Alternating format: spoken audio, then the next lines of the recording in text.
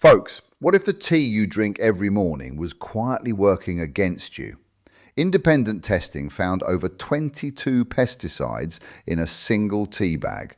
Probable carcinogens showing up inside detox tea, sleep tea, the chamomile you brew for your kids before bed. One company pulled nearly 900,000 bags off shelves without ever making a public announcement, and nobody told you a thing about it. 10 brands exposed today, 5 safe ones at the end. The most shocking one is a name almost everybody in this country trusts. I've been growing and preserving food on this Pennsylvania farm for over 45 years, and I'll tell you straight, the problem with tea isn't just what's in the leaves, it's what's in the bag holding them. Let's get into it. Start with Tetley, and I understand if that seems like an odd place to begin, because nobody has strong feelings about Tetley. That's kind of the whole point. It's the British brand that shows up at a budget price, does its job, and disappears into the cabinet. No wellness story, no origin narrative, no bear on the box, just tea. And for most folks, that's exactly why they never thought twice about it. That complete absence of scrutiny is precisely what created the problem. Independent testing has found multiple pesticide residues in Tetley products with no comprehensive third-party verification program and no farm-level sourcing information available to any shopper who wants to know where that tea actually came from. But the pesticide story isn't even the full picture here. The standard Tetley paper tea bag contains epichlorohydrin, a compound added to paper to keep it from falling apart in hot water. The EPA classifies epichlorohydrin as a probable human carcinogen. In hot water, it breaks down into a compound that has caused cancer in animal studies. It's not listed on the packaging, and it's not legally required to be. The compound holding that bag together while it steeps is releasing into your cup at the same time as the tea, every single brew, and nothing on the box tells you that. Right behind it, Harney & Sons, the elegant tin, the sophisticated flavor names, the price point that signals you've moved past commodity tea into something chosen carefully. People give it as a gift. People reach for it when they want the purchase to feel considered. The family story behind it is real, founded in Millerton, New York in 1983 by John Harney, with a genuine founding commitment to tea quality. For decades, premium tea drinkers trusted the name because everything about it implied someone knowledgeable was paying close attention to sourcing. Here's where the tin stops telling the whole story. Independent testing has found pesticide residues in Harney & Sons products that don't square with that premium sourcing narrative. Residues that suggest the commodity supply chains behind this brand aren't being screened at the level that price tag implies. And the standard paper tea bag contains the same epichlorohydrin flagged in Tetley, present here in a product charging 4 times as much with the same absence of disclosure. Premium tin, premium price, same bag chemistry as the cheapest tea on the shelf. Then there's Stash tea, and this one stings a little because the founding story was built on exactly the right values. Portland, 1972, right in the heart of the natural foods movement. Stash was founded as a deliberate alternative to what Lipton and Tetley represented, on the explicit premise that tea could be sourced better, processed more carefully, and sold with more integrity. For decades, that story carried real weight in the Pacific Northwest. Stash tea is now owned by Yamamoto Yama, a Japanese tea corporation operating at global commodity scale, and that ownership is not prominently disclosed anywhere in the American marketing. The Portland founding story is still on the package.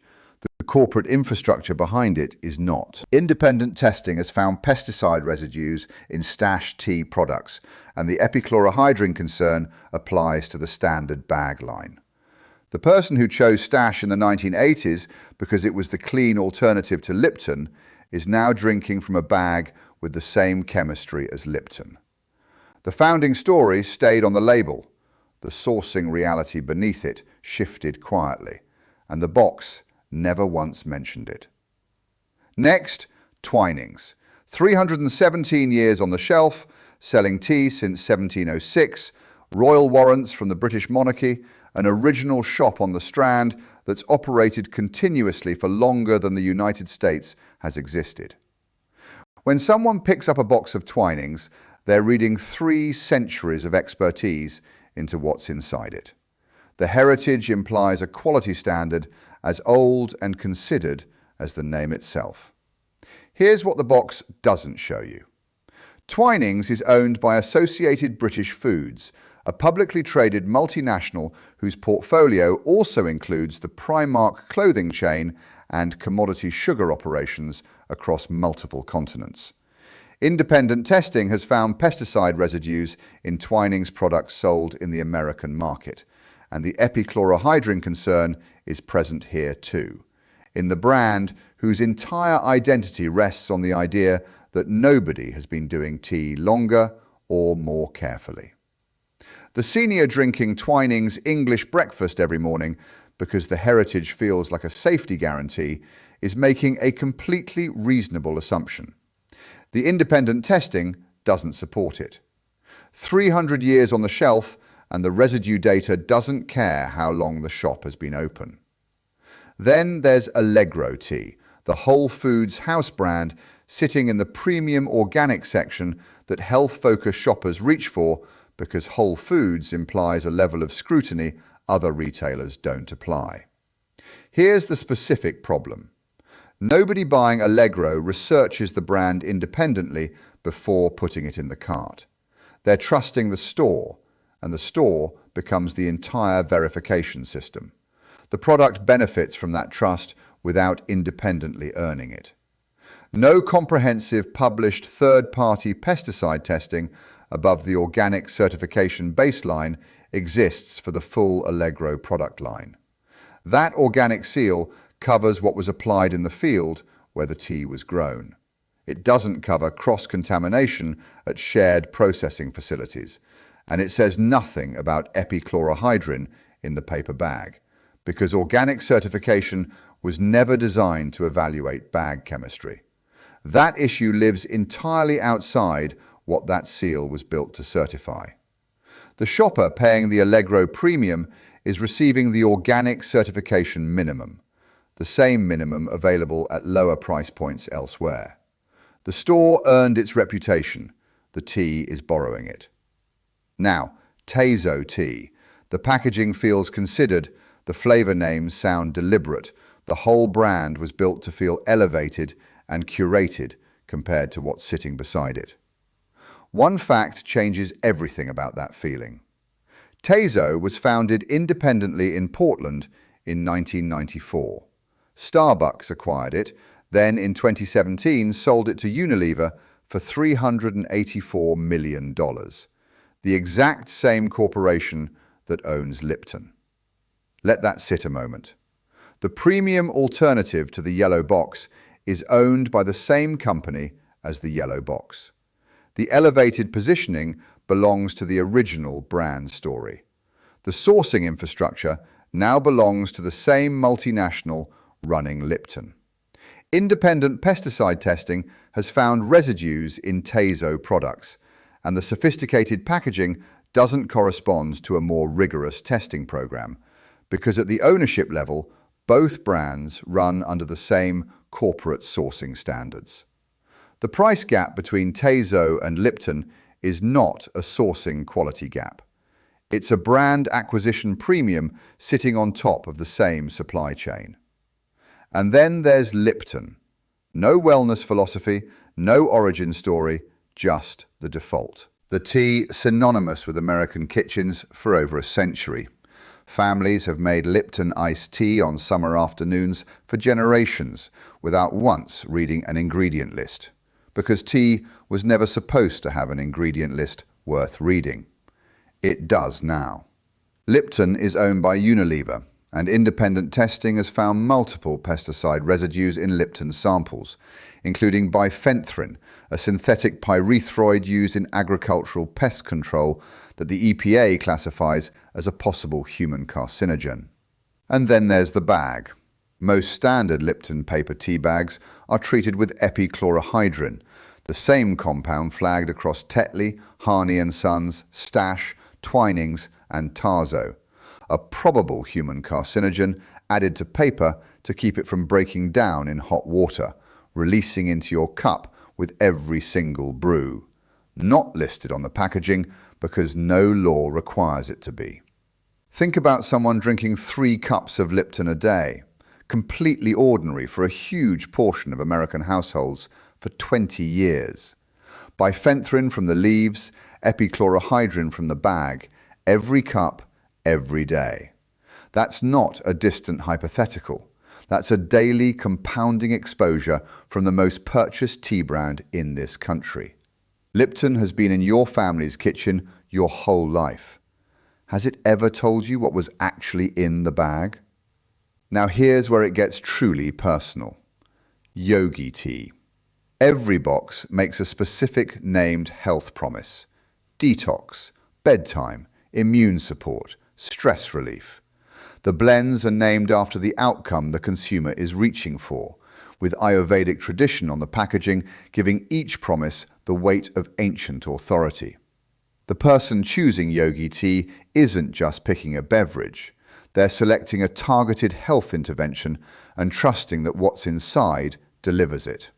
In 2014, Consumer Reports testing found pesticide residues across multiple yogi varieties, including propochlor, classified by the EPA as a probable human carcinogen, and acetamiprid, a neonicotinoid insecticide associated with neurological concerns in developing nervous systems.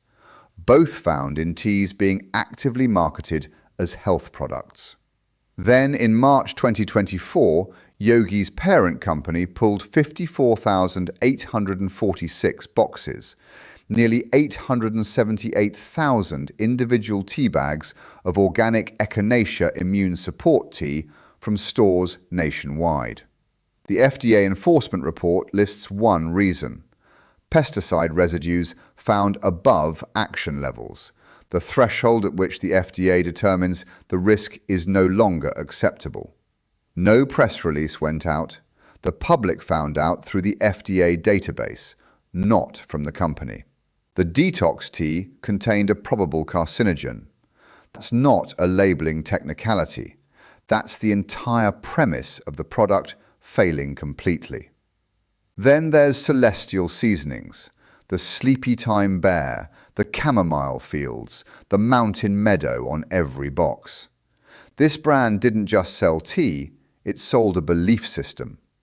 Since 1969, its whole identity has been built on the idea that what's inside that box is categorically different from the industrial products sitting beside it.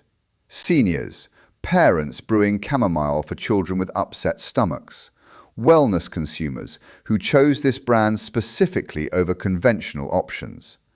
They didn't just buy it, they trusted it, the way you trust something that genuinely feels wholesome and carefully made.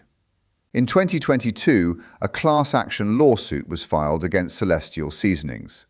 Independent testing at the center of that lawsuit found pesticide residues, including propochlor, the same EPA-classified probable carcinogen from yogi tea, in teas marketed for sleep, calm, and immune support. Celestial Seasonings is now owned by Hain Celestial Group, a publicly traded corporation managing over 30 brands across the natural and organic food space. At that scale, organic certification is a compliance checkbox, not someone standing in a field making careful decisions about what ends up in your mug. The mountain meadow on the box is an illustration. The propochlor in the bag is a laboratory finding. The parent who brews sleepy time for their child every night on a doctor's recommendation deserves to know both of those things at the same time. And that brings us to the one that rounds out the list: Walmart Great Value Tea. No organic certification, no published pesticide testing, no sourcing transparency above the legal minimum required to sell a food product in this country. A box, a price, and tea bags containing epichlorohydrin alongside whatever pesticide profile the commodity supply chain delivered. The families buying Great Value aren't making a careless choice. When the grocery budget is tight, the most affordable option is the rational one, and that's completely fair. Here's what makes this the most important entry on the whole list. The epichlorohydrin in this bag is the identical compound found in Lipton, Twinings, Tazo, and Harney & Sons. It doesn't become more or less of a concern based on what the box costs. A probable carcinogen is equally present at 69 cents and at $6. That's the structural point this whole list has been building toward. 10 brands, every price point, every heritage claim, every wellness promise, every organic certification, and the same core problems running through nearly all of them. Now, here are the 5 that actually answered every question the others left open. Pucker Herbs, founded in Bristol in 2001 by an Ayurvedic practitioner who built the brand on one operating principle. Medicinal herb sourcing needed to be traceable to the farm and verifiable at the residue level, not implied by a seal. Certified organic, fair trade certified, tea bags made without epichlorohydrin. Not as a recent fix responding to public pressure, but as the original choice before the compound even became a public concern. Third-party pesticide testing is published and accessible. Traditional Medicinals, founded in Sebastopol, California in 1974 and still operating as an independent company 50 years later, never acquired, never handed off to a volume purchasing model that replaces a founding sourcing philosophy with a cost target. Certified organic, non-GMO project verified, fair trade certified on applicable products, tea bags without epichlorohydrin. The detox tea here was not found to contain a probable carcinogen. That distinction between making a medicinal claim and actually operating at a medicinal standard is the entire point. Numi Organic Tea, founded in Oakland in 2000 by a brother and sister who sourced their first teas directly from farmers they had personal connections with. The supply chain is visible from the farm to the cup, not implied by a certification, actually documented at every stage. Certified organic, non-GMO verified, epichlorohydrin-free bags. Whole leaf tea sourced through direct trade relationships with published farm-level documentation. Rishi Tea and Botanicals, founded in Milwaukee in 1997, built on direct trade relationships established by the founder visiting farms personally across Asia and Africa. Certified organic, documented at the farm level with specific farms and certifications published and accessible. Epichlorohydrin-free bags, third-party pesticide testing available. The premium price here buys you something verifiable, which is more than Harney & Sons has ever offered. And sitting at the very top, Clipper Teas, founded in Dorset, England in 1984, one of the earliest fair trade tea brands, launched before fair trade certification even existed as a formal system. The founding philosophy was a direct challenge to the assumption built into this whole category, that clean sourcing and ethical ingredients are a premium product reserved for folks who can afford them. The founders believed they should be the baseline.